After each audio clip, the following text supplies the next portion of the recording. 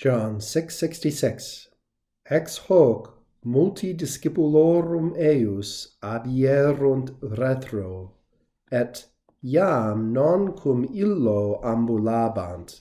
From this point onward, many of his disciples went away back, and now were not walking with him.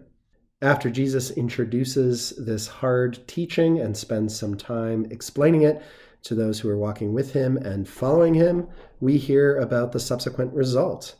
Ex hoc has a temporal sense. Probably the best way to translate this, as most English translations do, is after this. But literally in Latin, from this point, we might supply onward.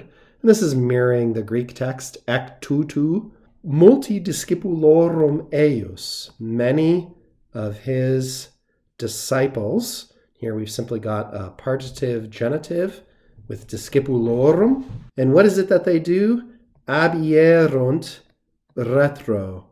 And we should take this adverb, retro, with the verb and understand it as a phrase. It's quite an emphatic phrase, and in this case, again, you'll not be surprised to hear, if you're a longtime follower of these videos, that this mirrors very closely the Greek text, which says not only they went away, but they went away back into the behind parts, something like that, if we were to be absurdly literal. In other words, they went away back again, or they went away back. They turned away from him and returned, in a sense, to whatever it is that they were doing before. So again, it would have been sufficient simply to say abierunt to convey this sense, but faithfully following the Greek text, our translator says abierunt retro, which has the effect of being very emphatic. These are people who really are done with Jesus. That is, it seems that they believe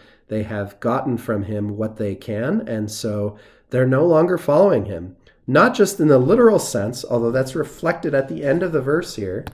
Iam non cum illo ambulabant, meaning literally, now they were not walking along together with him. But in English, idiomatically, we probably say they no longer walked along with him. Where illo is functioning, as so often in the Vulgate, probably not as a true demonstrative, but more or less as a synonym for the simple third-person singular pronoun eo.